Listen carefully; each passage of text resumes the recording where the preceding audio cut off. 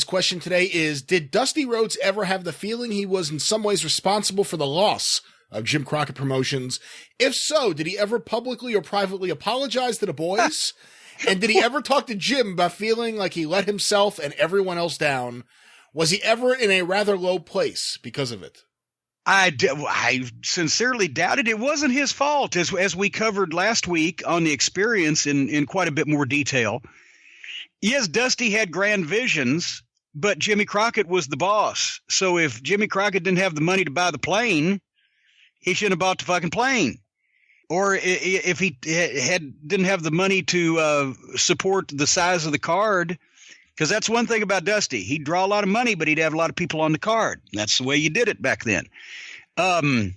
But no, he certainly never apologized to the boys, for fuck's sake. He'd made most of them millionaires. Everybody, just 80% of the people working for Crockett Promotions in the mid-'80s would have been driving an Opel Kadett instead of a fucking Mercedes if it wasn't for Dusty Rhodes. So, no, I don't think he ever apologized to the boys. Certainly never apologized to me.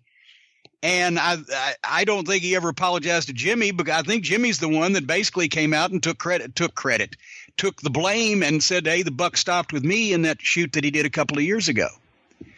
So, no. You go to the Mercedes dealership with your goofy friend and he says, oh, yeah, buy it. You'll love it. You'll love it.